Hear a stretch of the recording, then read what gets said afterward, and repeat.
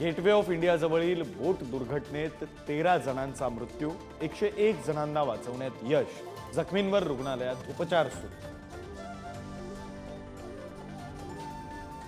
बोट दुर्घटनेतील मृतांच्या नातेवाईकांना पंतप्रधानांकडून 2 लाखांची मदत तर राज्य सरकारकडूनही 5 लाखांची मदत. भाजप आणि शिंदेचे आमदार आज संघ मुख्यालयात जमण्यास सुरुवात. डॉक्टर हेडगेवारांच्या स्मारकाला अभिवादन करणार. अजित पवारांचे आमदार न जाण्याची शक्यता.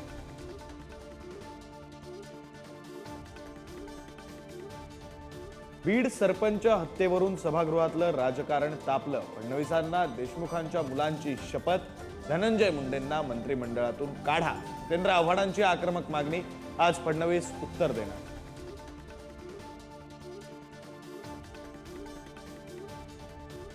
अमित शहांविरोधात आज विरोधक राज्यभरात आंदोलन करणार. आंबेडकरी संघटनाही शहांविरोधात रस्त्यावर उतरणार. भाजपकडूनही जोरदार प्रत्युत्तर देण्यात येणार. राम शिंदे आज विधान परिषदेच्या सभापतीपदाचा कार्यभार स्वीकारणार. एकच अर्ज दाखल झाल्याने शिंदेंची बिनविरोध निवड. अखेर सभापतीपद भाजपलाच. वन नेशन वन इलेक्शनसाठी जेपीसीची स्थापना. प्रियंका गांधी, सुप्रिया सुळे, श्रीकांत शिंदेंसह 31 सदस्यांचा समितीत सहभाग.